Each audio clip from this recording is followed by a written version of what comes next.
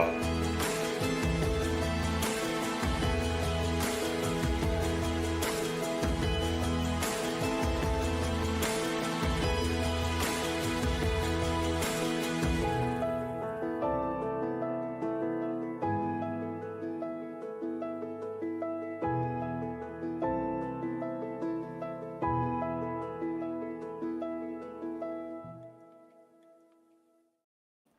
Well, welcome to the day after Towrah. My pleasure to be with you. We're here in our library studio. This is the Yahowah blog. I'm your host, Greg Wynn. We're continuing our story on Qatsyr harvest because, well, even though this year's Towrah has come and gone, there will be 7 more before the final fulfillment of Towrah, and it is the most spectacular day on Yahowah's calendar, and so I want you properly prepared for it. I want everyone to know as much as they can possibly know. Just a quick introduction before we begin our show today. The last few days have really been extraordinary as it relates to what is happening around our world, and as it pertains to really the destruction of the world as we're watching it take place. We are literally in the eye of prophecy. This is exactly what the prophets Yowel, Yahshua, what Gabriel said through Daniel. It is all just coming to materialize right on schedule. They told us when it would occur, that it would begin at this time, how it would transpire, what was going to happen to Israel and Jews and the world at large, and who was going to be the primary player as the Satan incarnate to make all this occur. And, you know, we watched something that was diabolical on Sunday. I think more than 100 million people tuned into that Fiasco pertaining to Charlie Kirk. You know, you had a miserable anti-Semite and Carlson Tucker Carlson, speaking about blaming Jews for the assassination of Kirk and even blaming Jews for the crucifixion of the mythical Christ, not recognizing that by repeating that story, all he's really doing is impugning the credibility of the Christian New Testament because it claims it, and it is obviously untrue. I mean, not only didn't Jesus ever exist, he is nothing but a product of identity theft, but in first century Roman-occupied Judea, the Romans were the ones who crucified. If somebody was crucified, they were crucified by the Romans, who became the Roman Catholic Church. So the Christian concept of blaming Jews for killing their God is absurd in every possible way. And that's what Tucker still promoted and Christians applauded. And it's ludicrous. First of all, God can't be a man. Second of all, men cannot kill God. Third, if there was crucifixion, it was perpetrated by the Romans, not by the Jews in Roman-occupied Judea with the Roman method of capital punishment.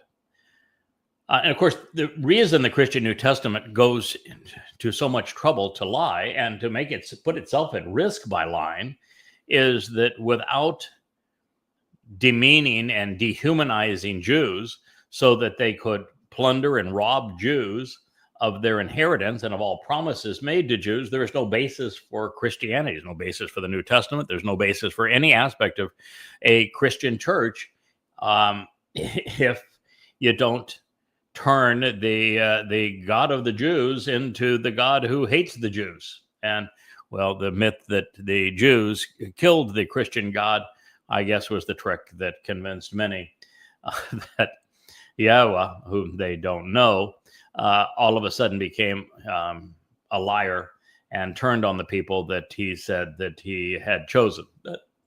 Such is the myth of Christianity. And that wasn't the worst speech. No, the worst speech was by the Donald Dumpster, who used the occasion to proclaim his greatness and confabulate all manner of lies that had nothing to do with Charlie Kirk. But one of the things it did point out is that Charlie Kirk was very little more than a pimp for MAGA and for Donald Trump. So, if you're a pimp for a man who is a sexual predator, who is a pedophile, who is a rapist, who is a confabulator, who says every week things that are just utterly absurd, then there's something wrong with you. You're not a good man when you're promoting the most evil man on the planet. So it was just if I were to use Yahowah's terminology, we would call it a shit show. And then Trump says that he was going to have a major announcement about autism. And everybody was able to anticipate what he was going to say. And he went off on this tirade about Tylenol and made an absolute and utter fool of himself.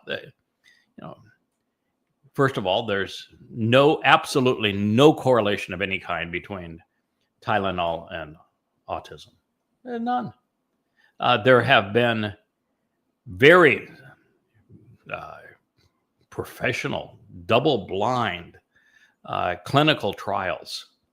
The most recent taking place in Sweden, where 2.5 million people were part of this study. I mean, one of the largest studies ever.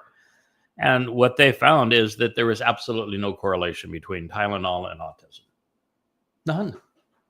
And what they did find, I'm sure that the moms of autistic children don't want to hear, but what they found is that the only correlation was the mental condition of the woman, whether the woman suffered from one form of mental illness or another, or anxiety, or these kinds of things, that it was the mothers who were passing on autism to their children. And I know that's not popular to hear, that anxiety and depression and these kinds of things was the only correlation, and that the increase in autism would be from an increase in the well-being and the mental attitude and aptitude of women today. But that's what the study found. But during that whole thing, Donald Trump was a complete and utter nincompoop. And then he wanted to go after vaccines. And as I have shared with you on many programs, and I shared with Rich yesterday, if you look at scientific and medical advancements and contributions to humankind, it would be hard to find anything that has been overall as beneficial to humanity as vaccines. Like all forms of medicine, they are not perfect. There is nothing we have ever invented that is perfect. But when you look at the cost-benefit analysis of vaccines, they are principally responsible for us going from a planet of about a couple of billion people to a planet of 8 billion people. That has hugely improved life and has all but eliminated many of the worst diseases known to man. And some it has eliminated. And vaccines are an amazing contribution to society. And the MMR vaccine has nothing to do with autism. That earlier report was completely rebuked because it was promoted by a charlatan who wanted to profit from his personal investment in an alternative to the MMR vaccine. And it was completely repudiated. And yet to repeat it, as they did in that press conference, is disgusting and irresponsible. It's the stuff of the worst of conspiracies.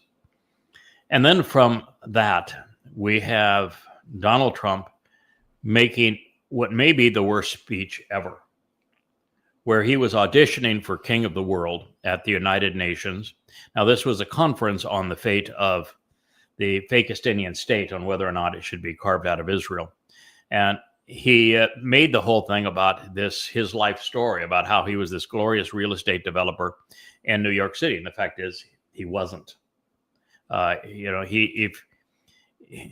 He did more to destroy the wealth that he had inherited than he did actually build it. But he wants to tell the story of how he was this great real estate developer. He told the story of how his bid was not accepted to renovate the United Nations, and then how he is the best answer for the world on all that ails the world, and condemning nation after nation to hell is what he did. It was total confabulation. There was really no correlation between reality and what Donald Trump said, and it was frightening and embarrassing for the world and for the United States, even for that organization, which I despise, to have a speech of that, complete departure from reality, and just a journey down egotistical trail. But that wasn't the worst thing that happened.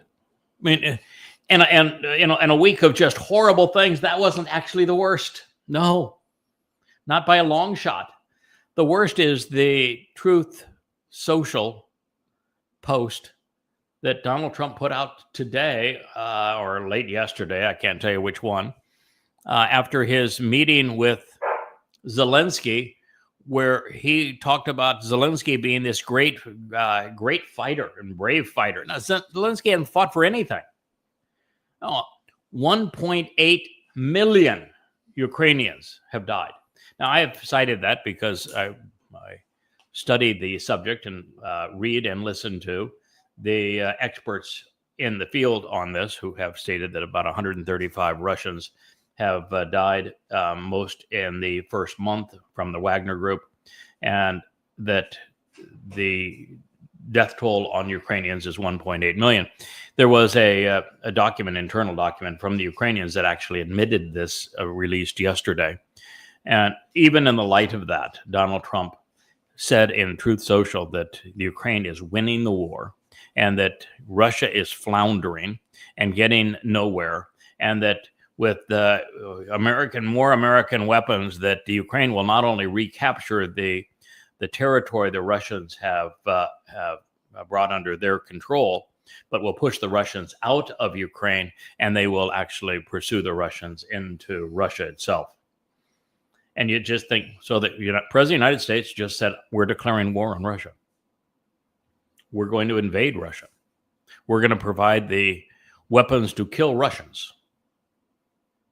And all based on utter lies. And the fact of the matter is, it's the United States, going back all the way to the Bush administration, that started this war in the Ukraine. It has been a systematic plot, an immoral and disgusting plot.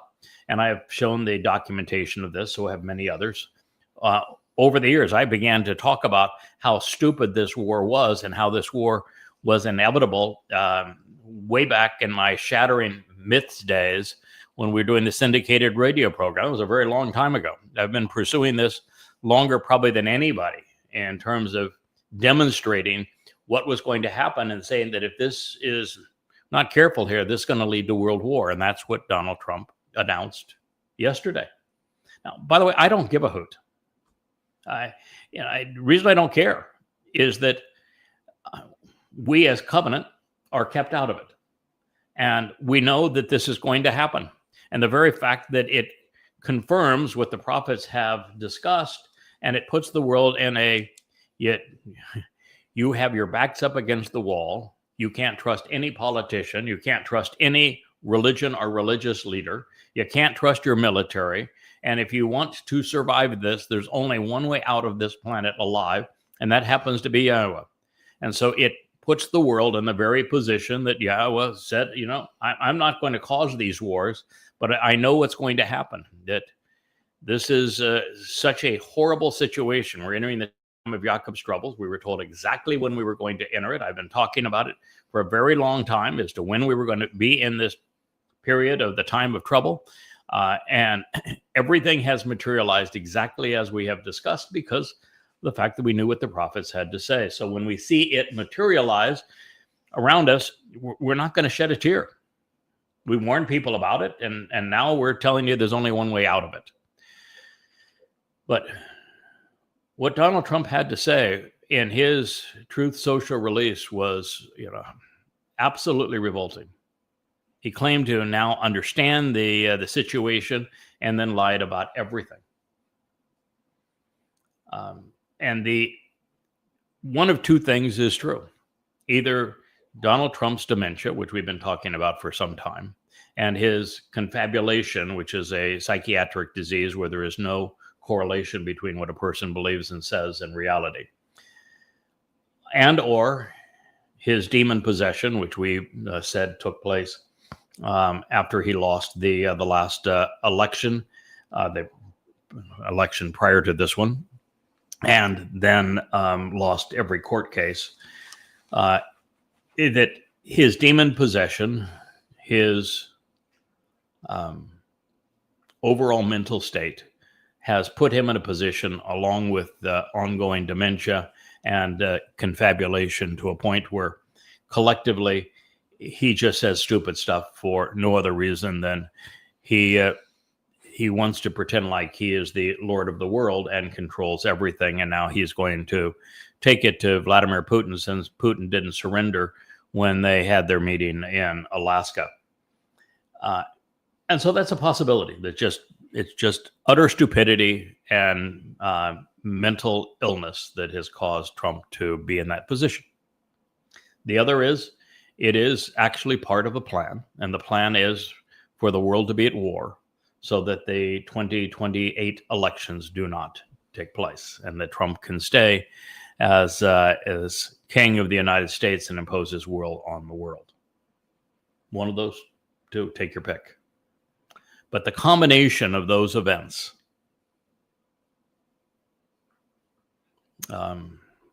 rest in peace, world, because you're dead.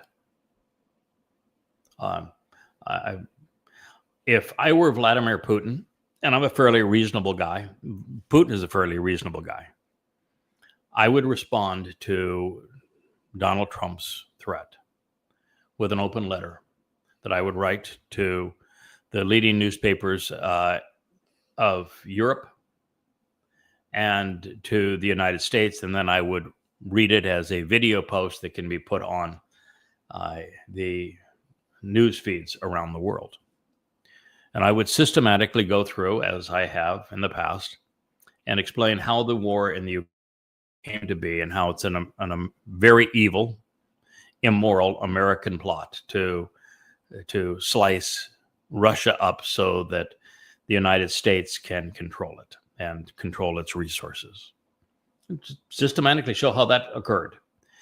And then demonstrate that Russia's response was to protect the ethnic Russian regions in the east that were being terrorized by the regime change government that the United States put in place, and that the Russians really had no choice. Plus, it was the Cuban Missile Crisis played by idiots this time.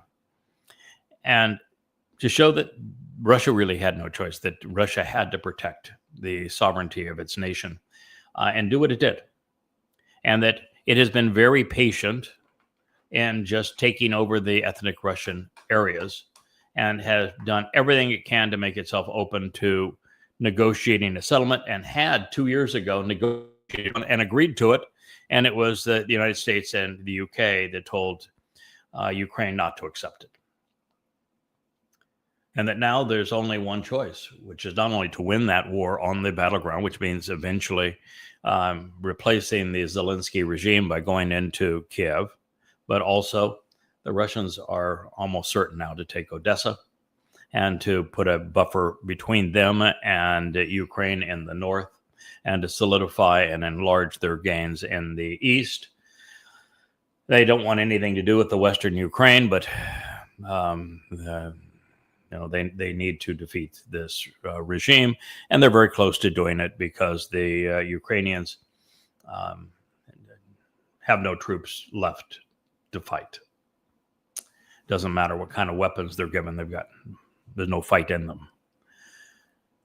But beyond that, what I would say is that because the European heads of state are threatening Russia and are declaring war on Russia, that any European nation that provides troops or that provides weapons that can or are used to harm Russians in Russia, that Russia will absolutely and unequivocally, putting on the Russians on record right now as saying that if the UK, if France, Poland, Germany, and I don't think Poland's this stupid, but the other three are, or the United States, provides weapons or manpower that is used to invade or attack Russians, that Russia will retaliate in those countries, and that it has the weapon systems that those countries cannot defend themselves against, and that they have no fight or no battle with the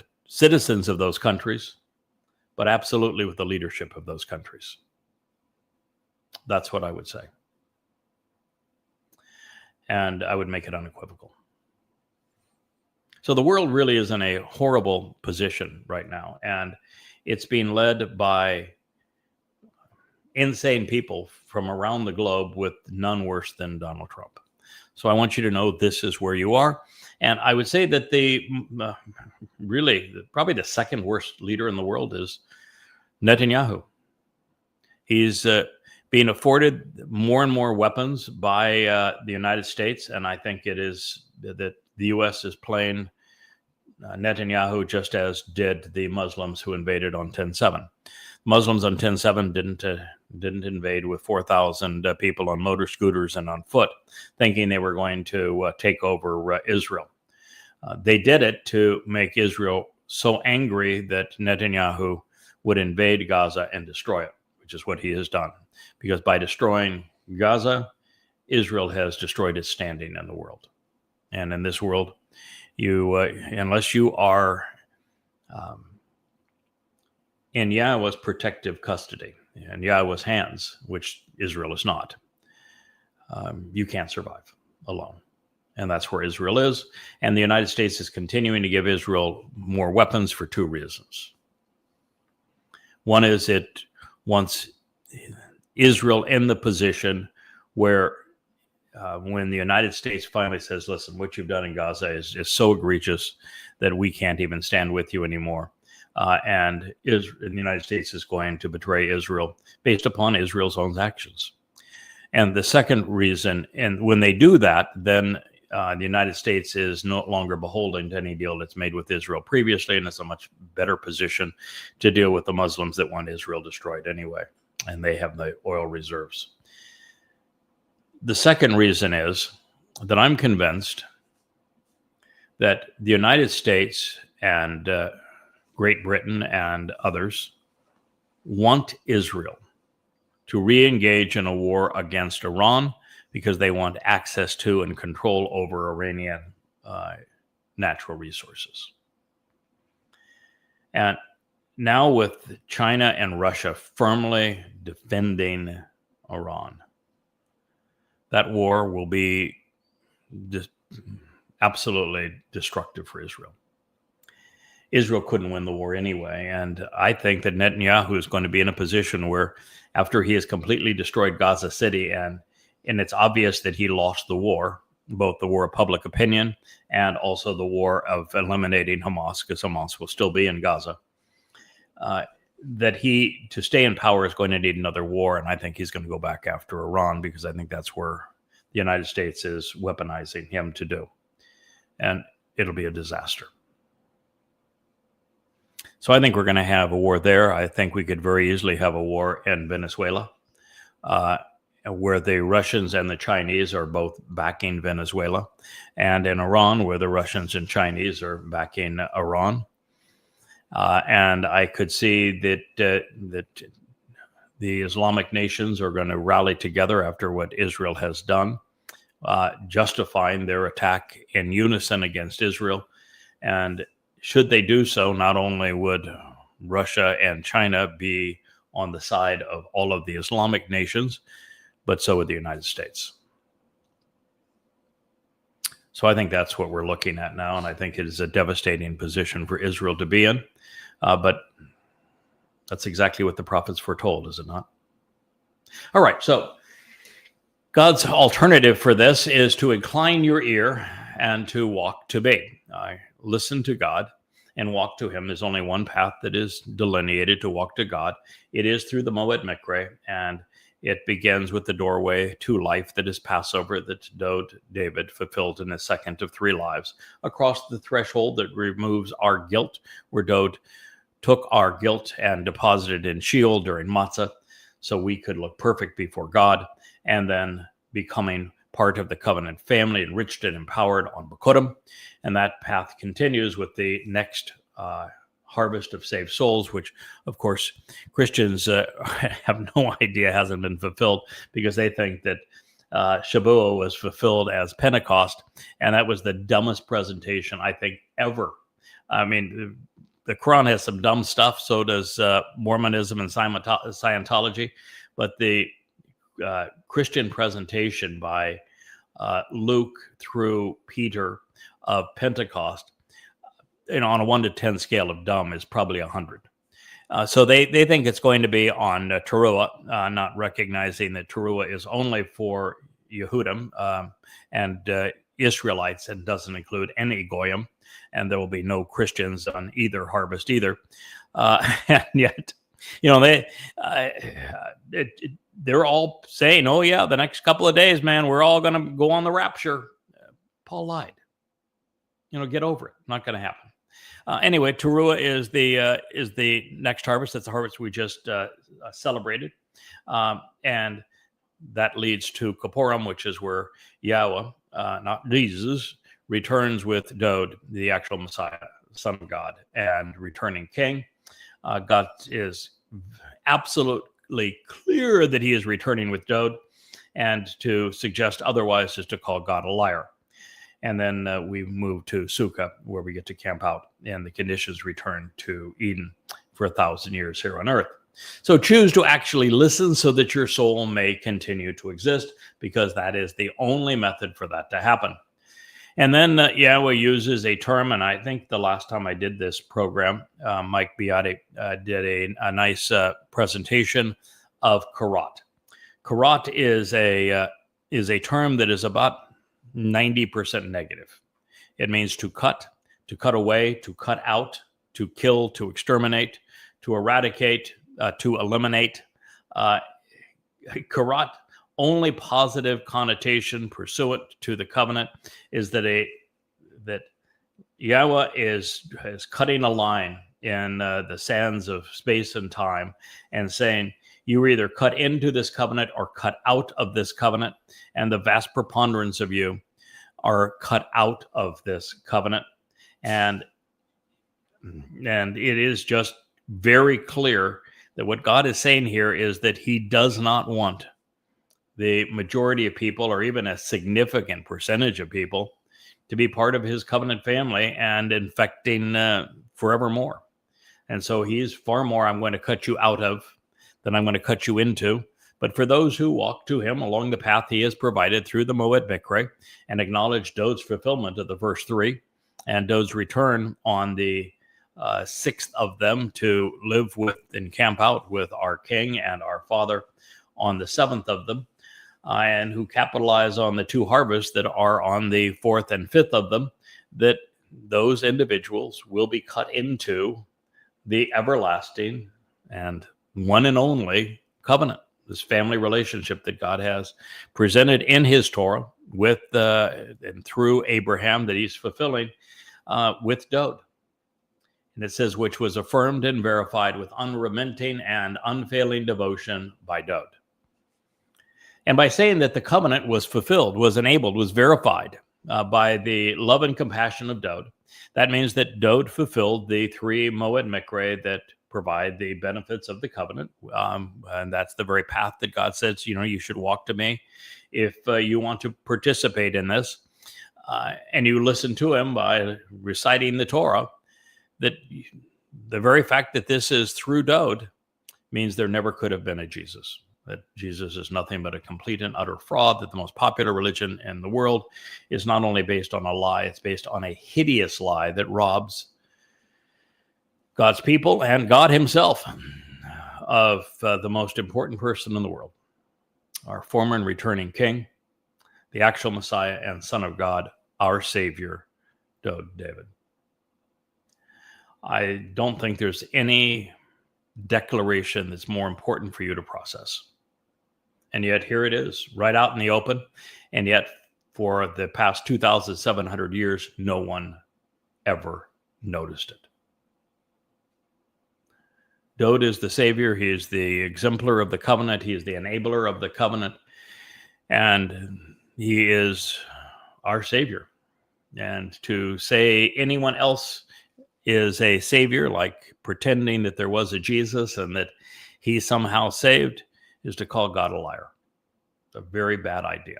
God hates with a passion Christianity in its New Testaments. Why? 666 years before Paul wrote his first letter where he perpetrated the lie, the counterfeit, the identity theft of Dowd as the mythical Jesus Christ. 666 years prior to that, he told the world that Shabuw'ah, Paul, was the plague of death. So your decision regarding the words that you're listening to will determine the fate of your soul. If you want to continue to live, God has told you how. Recognize what he has achieved through Dowd. Listen to him and capitalize on what Dowd and Yahweh accomplished together by fulfilling Pesach, Matsah, and Bikurim. That will determine whether or not your soul continues to exist or not. So if we were to condense Yahweh's Torah and covenant into a single thought, you've just heard it. And if you have a religious proposal that conflicts with this based upon a mythical Jesus Christ and a New Testament, well, the very best that you can hope for is that your soul dissipates into nothingness at the end of your life because you were deceived. But if you promote it, if you criticize what God is saying here, you attack me for bringing this to your attention. If you are an advocate for the lie of Jesus Christ, then your soul is absolutely, unequivocally headed to Sheol, hell. So these are the stakes. When you pretend that the God of the Torah, prophets, and Psalms, the God of Yisrael, not only authorized the mythos of a Jesus Christ who never existed, but that God became a man, that God was capable of being a man, and that God was capable of being killed. You have gone to the point where all I can say of you is you're headed to hell if you promote that lie. And you've squandered your soul if you believe it.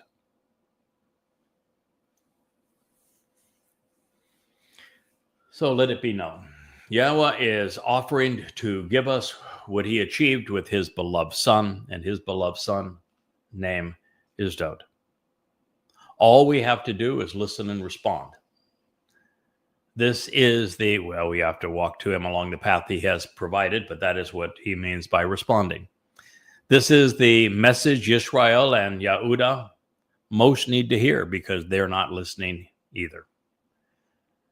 It's God's disgust for the founder of Rabbinic Judaism, Akiba, promoting a false Messiah that led to the diaspora with Bar Kokhba is every bit as reprehensible as the Rabbi Paul promoting the myth of Jesus Christ as a false Messiah. Well, Dowd is an enduring and restoring witness. He spoke and wrote on behalf of Yisrael. He was not a person whose message was read much outside of Israel, unless it's just to corrupt it as it is in Christianity or in Islam. Further, calling the king of the universe, is the term that we're going to read here, Neged, is wrong. A Neged is a prince, not a king. A Neged is someone who is authorized to lead, but on Dowd's case, he's the sovereign of the universe. They're not in the same realm. It's like those who are mistaken and would pretend that the Chodar, which is a stem, pertains to Dowd, when Dowd is the Shemek, the mighty branch of the tree of lives. They aren't comparable. It's as different as the greater and lesser luminary of the fourth day of creation, where the greater luminary is equated to the sun, the source of light, Dowd, and the lesser luminary is equated to the moon, which reflects the sun's light, but has no light of his own, simply reflects the light of the greater luminary. That's the difference here. So the Neged is Dowd's Bashar Herald, could be the Nakar, the observant foreigner as we go forward. It could be the final of the three Zeroahs, but this gift, while Dowd is the ultimate son who was given to us, and his fulfillment of Pesach, Matzah, B'Kodim are the greatest gifts ever. In this next line, Yahshua is speaking about the one who would tell you about the contribution of Dowd. He reads, "Behold, I bestowed him as a gift, an enduring witness to the restoring testimony, to people of every ethnicity and culture, an authorized leader publicly promoting the truth, this Neged, as an instructor for an archaic and misled world." Yahshua, Isaiah 55:4, and God has done this very thing, and Yahshua knows it. So there have been a number of epiphany moments in our time together. One of these occasions occurred many years ago as I was making the transition from observations and Yahshua, Isaiah, to coming home and the Mizmor Psalms, where we came to realize that Dowd's was the Messiah and Son of God, our former and returning King, and indeed our Savior, and that he volunteered to fulfill Pesach, Matzah, and B'Kodim, and that God supported his decision for entirely rational reasons. He is the central figure in Yahweh's story, the most brilliant and articulate man who ever lived. He is the Son of God. He is the Messiah. He is the returning King of Kings. He is the one who rabbis allowed Christians to rob to create the counterfeit caricature of Jesus, which they then used to bludgeon God's people. Now, this was a giant leap forward in our understanding of Yahweh's redemptive message to his people. I would classify it as the single greatest discovery pursuant to God ever made. And that would come 5 years later after rewriting some 30 volumes of Yada Yahowah to incorporate what we had learned about the Messiah. We discovered the greatest treasure ever behold by man. Dowd was more than Messiah and King, more than firstborn Son of God, more than Yahweh's chosen one and his most set apart. Dowd is the Zeroah, the sacrificial lamb. It was Dowd who by choice fulfilled Pesach, Matzah, and B'Kodim in year 4000 Yah, 33 CE. And so today, Shabuw'ah and Taruw'ah exist to capitalize upon what he has done and to restore the family. And this all leads to a wonderful celebration of reconciliation on Yom Kippurim in year 6000 Yah, 2033. And while it has always been apparent that Dowd is returning to protect his people and to serve as sovereign of Sukkah, no one heretofore had come to realize that Dowd will have lived 3 lives, just as he was anointed 3 times. And it was the failures of his first life and the responsibilities of the third that convinced Hamashiach to serve as Ha-Zeroah in his second coming. Now, this known, none of it mattered because no one knew. He offered the greatest gift in the history of the universe, and it mattered nothing because no one knew. Therefore, Yahweh is speaking through Yahshua to awaken Goyim and Yisrael to the voice of Dowd's herald, to the lesser luminary, to the man who is the Nakar, the observant foreigner, who is reintroducing not just Yahweh's name to the world, but reintroducing the Messiah to the planet and to his people.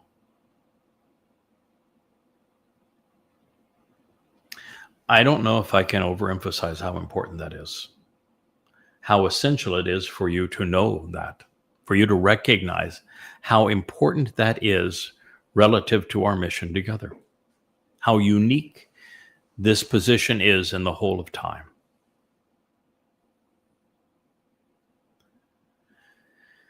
The implications are world-altering, soul-transforming. When it comes to our salvation, no matter the question, Dowd is the answer. He not only fulfilled the first three mikra, these invitations to be called out of this world and to meet with God, he also provided the only eyewitness accounts of what he ultimately endured to facilitate our redemption. The only eyewitness account of the fulfillment of Pesach, Matsah, and Makodim were written with Dowd's own hand 1,000 years before he fulfilled them. He specifically described how crucifixion kills. 700 years before crucifixion even existed. He talked about his journey into Sheol, hell, with our guilt, so that we would appear perfect in God's eyes. He spoke of how the set-apart spirit protected him in Sheol, his soul, and how his soul was reunited with his father on Bokurim, because he was the Bokor, firstborn son of Yahweh. He not only did those things, but through Daniel as Gabriel, God's most capable and courageous man, the second most frequent term used to describe Dowd. Most frequent being Shemach branch. That Dowd, in that visit in 555 BCE, revealed the exact date, some 600 years in advance, that he would arrive and complete the fulfillment of Chag Matzah, providing the exact day that Chag Matzah was completed by him in 33 CE, which is year 4000 Yah. The exact day, almost 600 years in advance. And the world yawns.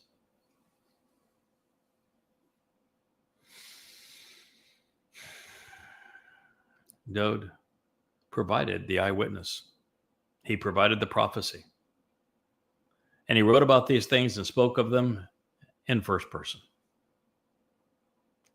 He is everything Jews should await and that Christians should opine, and infinitely more. Simply stated, by working together, Father and Son have made life within the covenant family possible for everyone who acknowledges and accepts what they have accomplished together. But make no mistake, Dowd was the firstborn son of Yahweh. He was anointed by Yahweh as the Mashiach. He was chosen by Yahweh. He was the most set apart. And he, in his second of three lives, offered his corporeal body in that life to fulfill the role of the Passover lamb. And then he subjected his nephesh soul to our guilt so that he could carry it into Sheol to deposit it there, never to be seen again, enabling Bokurim, firstborn children. But Dowd is not and was not God. This myth of God being a man is pagan and it is despicable. It's demeaning to God. This very notion that Jesus was a God is hideous. And even worse, to quote Shabuw'ah, God, you cannot die. This notion that men killed God, preposterous. The idea that a bodily resurrection, which is Dionysian, is conquering death is just utterly stupid. The only thing that is a benefit when we die is that our physical bodies are no longer needed or useful, and they're no longer a liability. Our souls are now enveloped in spiritual energy like light. And as such, we can navigate through the fourth, fifth, sixth, and into the seventh dimension. We become immortal. We become empowered. We become enriched. It is the equation of E equals MC squared. And that just gets you into the fullness of the fourth dimension. It's even beyond that in the fifth and the sixth and into the seventh. Bodily resurrection is utterly reprehensible. The very thing you want to do is get rid of these because you aren't going anywhere. The universe is a waste for you so long as you have one of these. You are precluded from entering Shamaim in the seventh dimension while you have one of these.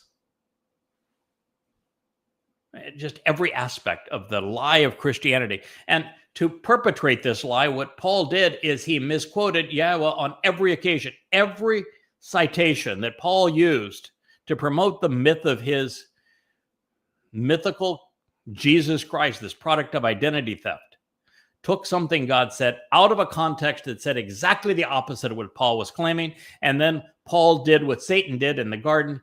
He changed a word or two in that statement to give the antithesis meaning to what God had actually conveyed. And it's that way with every single citation.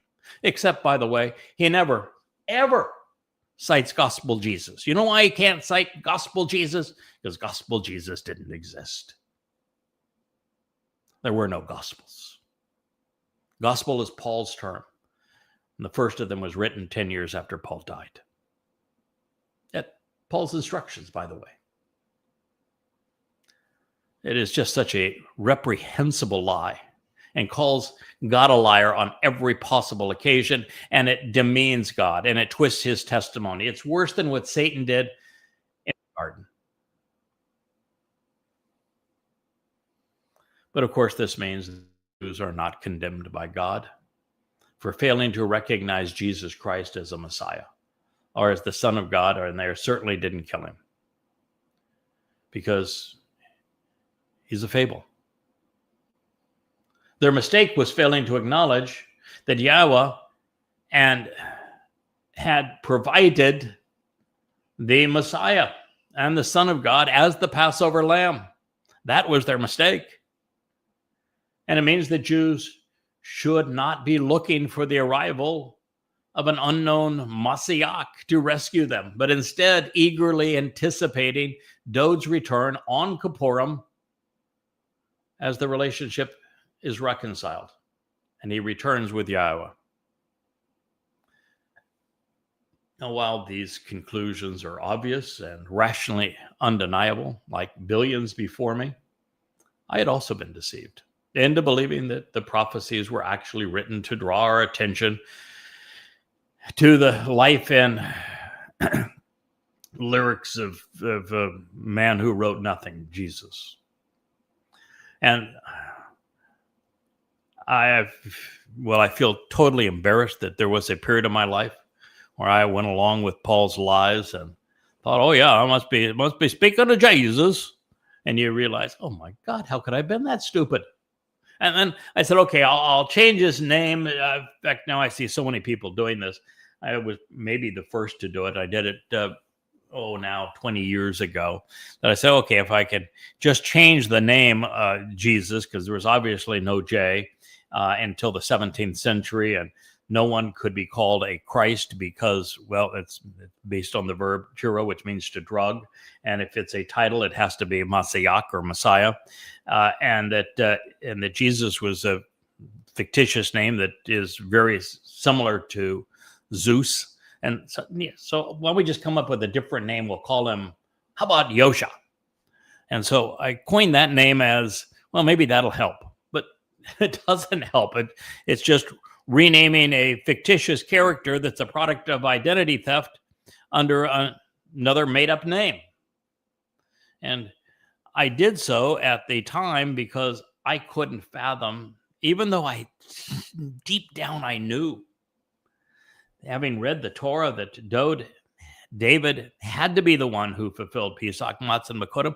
I couldn't imagine Dowd volunteering to do it. I couldn't imagine God allowing it to happen. So I just said, no, I'm going to come up with this Yosha, and somehow that God used his soul as an avatar to do these things. And of course, it didn't make any sense. God's not going to use his self as an avatar and allow Rome to beat him to death. And God can't go from the place of separation from himself. And he most certainly can't fulfill firstborn children if it's himself that is projected.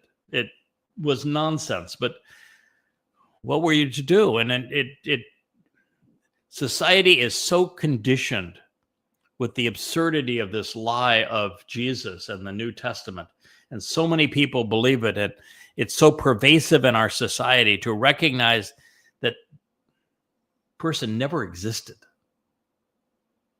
And then to realize that, wait a minute, Dowd explained why he figured this out, how he figured this out, why he volunteered to do it. And his reasons were rational.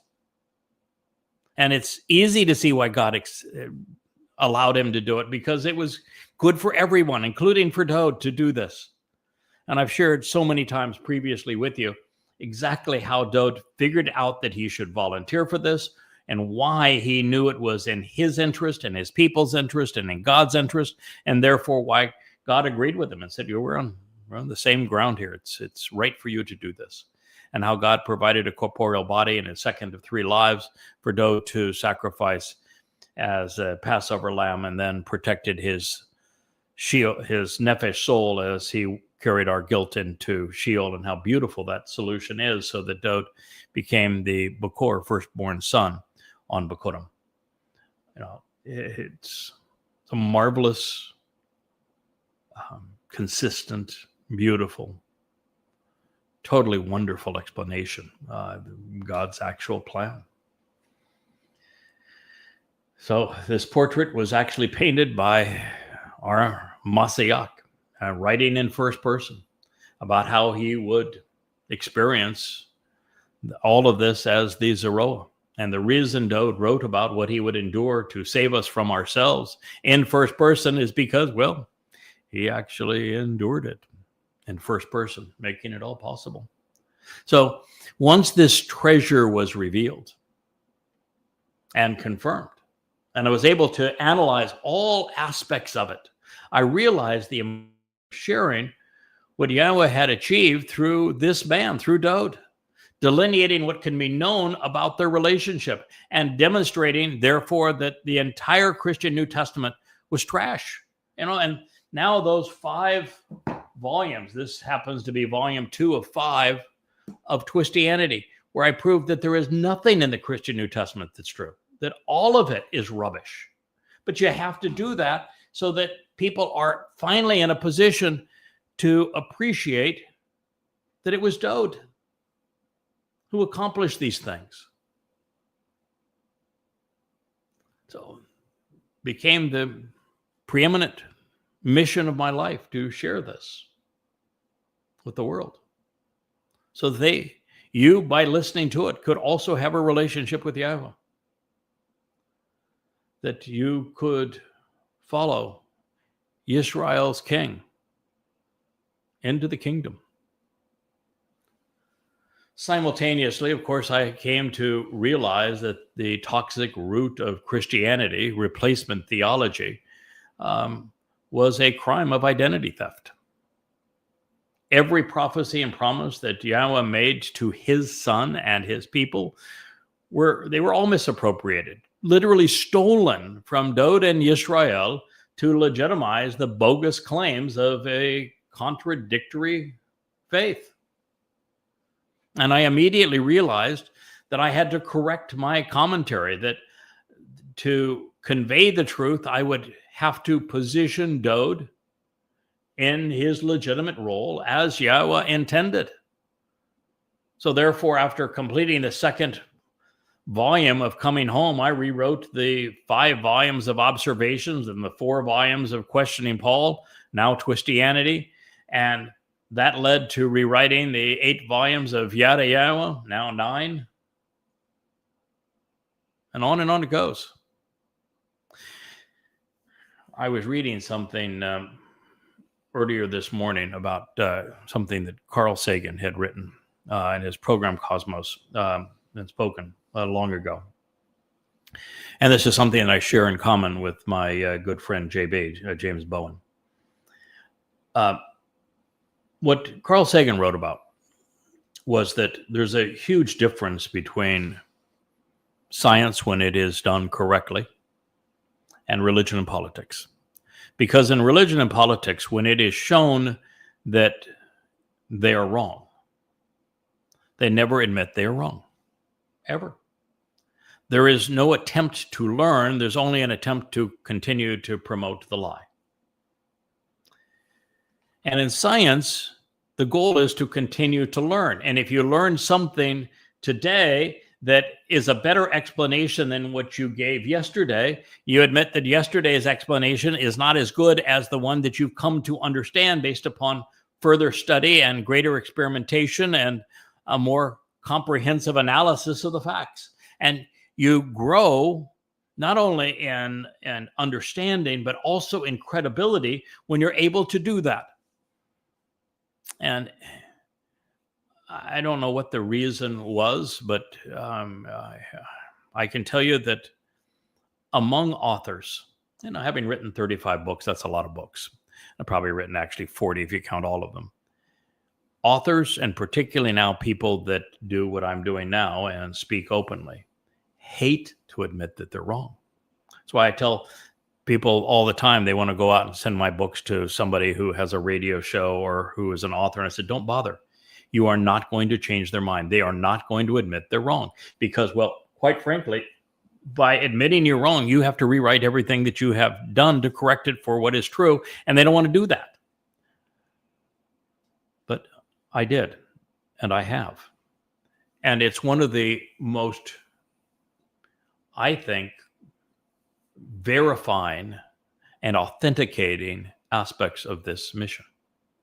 A willingness to learn, to make the connections, to understand, to grow, and to correct the record when we learn more than we knew previously. And so I've always been eager to correct the record and to continue to learn. And I think it adds tremendous credibility to what Yahweh is saying through me. And that it is so different than the data dump concept of, well, you start off with all knowledge. That'd make life meaningless. None of us would have any value if that's what God did. And there'd be no purpose for us living throughout eternity. It's all about learning and growing and adapting as we learn more. When this is done, and had I completed all of these rewrites, I turned my attention to the 2 books that were written in Babylon and composed the 3rd volume under the banner Babel. They are eye-openers to be sure. I was able to prove that Daniel was not a prophet and that Ezekiel actually spoke for Satan. By the way, what that means for future prophecy is there is no valley of the dry bones. There is no Gog. There is no Magog federation. There will be no Armageddon war. There's only one battle, and that pursuant to Israel anyway, and it's Alaska Flood 2.0. It's going to begin in June of 2027. It's going to be devastating for Israel. So it is then with eager anticipation that I returned at that time to coming home, and I started writing the third volume, which I've now completed, and now are beginning the fourth volume of Coming Home. I was translating the Mizmor again that I realized that Dowd had volunteered to fulfill the initial 3 Moed Mikra with Yahweh's support, and that he used the moods that convey volition and choice, desire, in first and second person in his conversations with God to say, this is what I want and you support it. And then he explained the reasons.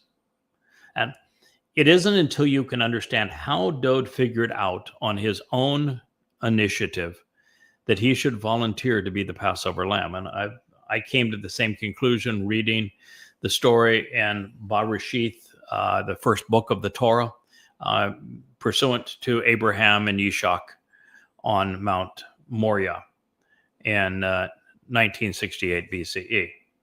And if I could come to that conclusion, I am certain that Dowd did as well. And then I came to the conclusion, even before I knew a fraction of what I've come to know about the Torah, and how Dowd would have figured out that Moshe was a man of exemplary character, and yet he could not lead Israel. He gave up, wanted God to kill him. Even God couldn't lead Israel. He gave up. And Dowd himself gave up during the Absalom rebellion. Israel's impossible, and he knew it. And so something had to be done to earn Israel's respect. Otherwise, the job that God wanted him to do as returning king would have been impossible and would have been miserable. And therefore, enduring 2 horrendous days at the hand of the beast of Rome and then Hasatan, the adversary, on earth and then in hell, was the answer. He could fulfill Pesach, Matzah, and Bekurim. And although it would be 2 horrendous days, it would provide value for everyone for all eternity. It was the right call. And he did it. And so once you realize that, now you have a most profound truth, the greatest discovery in human history to share with the world. So to be king forever, Dowd knew that he would have to earn his people's respect, and the best way to do that was to fulfill Pesach and Matzah, leading to Bekurim, 2 days of agony and hell for eternal admiration and respect. In the process, he would save his people, please his Father. Only one problem. No one noticed until now. And so if you want to know why God chose a Choder, a Nakar, a lesser luminary, a final Zeroah, a herald for the king, a cold voice to show the way, that's the reason. That is the reason. To reveal that the entire Christian New Testament is false, that Jesus never existed, and the actual Messiah and Son of God who fulfilled Pesach, Matzah, and Bekurim is Dowd David. The purpose of my life. And not just my life. The life of everyone who will participate in the Shabuw'ah harvest, the Taruw'ah gleaning, and the benefit of the sacrifice of the Adamah Parah, such that they can be present when Dowd returns with Yahweh on Kippurim and enter and celebrate the earth being returned to the conditions of Eden beginning on Sukkah. No one, not in all of human history, put all that together for you to understand and capitalize upon. That is the purpose of the Yahowah blog. That is why we're here. That is why the website exists with all of these books at yadayah.com, all free. There's no greater truth in the universe.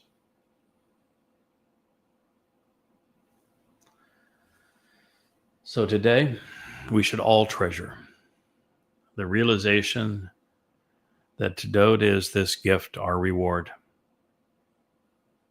and that we should display an unequivocal admiration for the role that Dowd to David plays in Yahweh's plans and in our salvation. And to highlight this discovery, there are several reoccurring themes that run throughout Yahshua, Isaiah, the great prophet. Foremost among them is painting the proper prophetic portrait of Dowd. And this was done here because he is the fulcrum of God's unfolding plan of redemption. Now, second to that, at least here in Yahshua, Isaiah, is the realization that a goy will be deployed by Yahweh to call his people home by disclosing this treasure. And this, ladies and gentlemen, may be among the most reoccurring themes and pronouncements in the totality of the Torah, prophets, and Psalms. This will be the last passage I'll read on this program for you. I want to emphasize this here and now while asking you to pay attention. Ken, behold, look now and see. There is a lone Gentile, a goy, someone who is not a Yisraelite or Yehud. This was written as absolute, common, masculine, singular. One specific and particular individual who is not ethnically or religiously Jewish. It is singular in 1 Qisa, that great Isaiah scroll. So I want to emphasize this here and now while asking you to pay attention. There is a lone goy, a Gentile, whom you consistently fail to recognize and acknowledge, who you don't know is Yada, Lo Yada,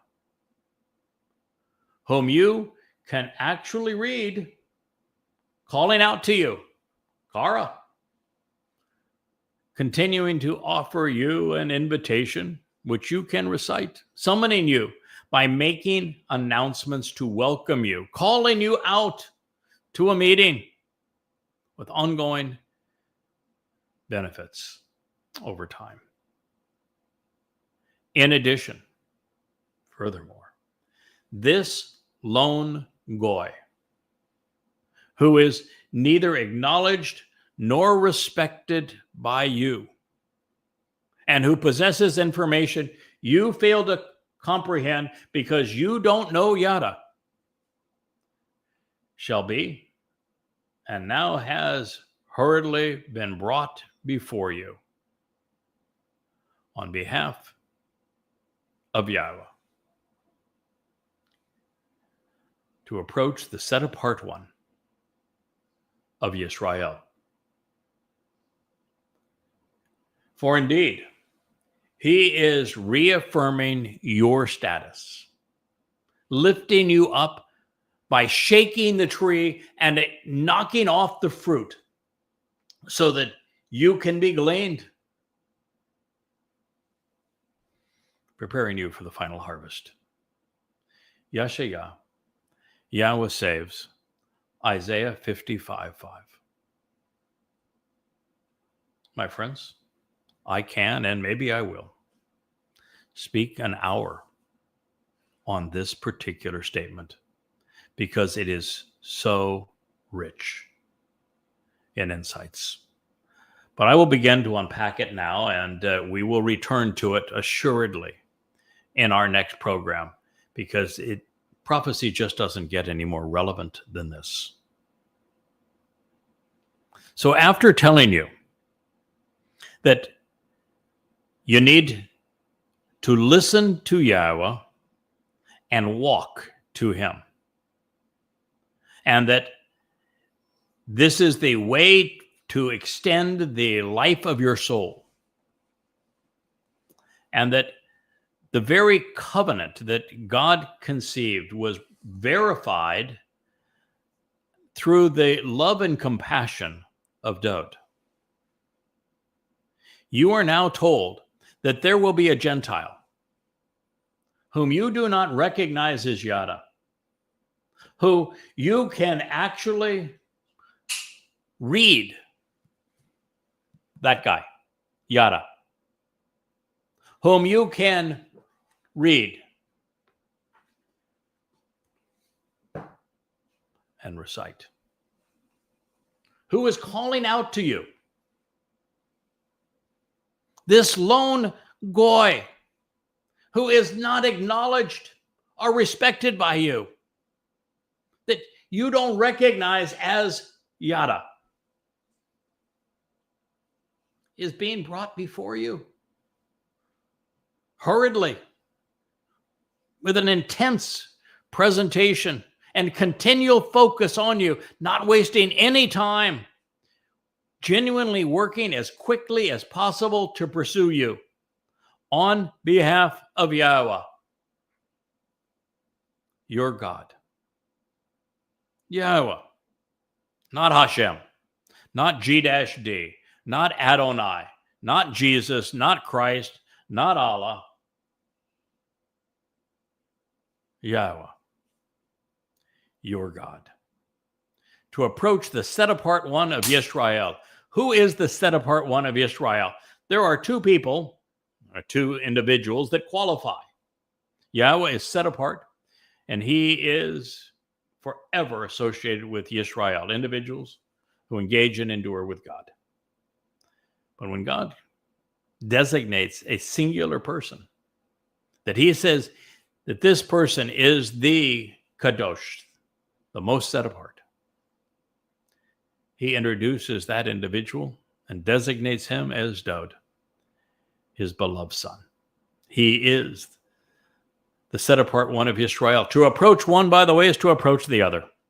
When they return, they are returning together. Yahweh and Dowd. So indeed, he is reaffirming your status. Israel, you have been demeaned by Judaism, by Christianity, and by Islam.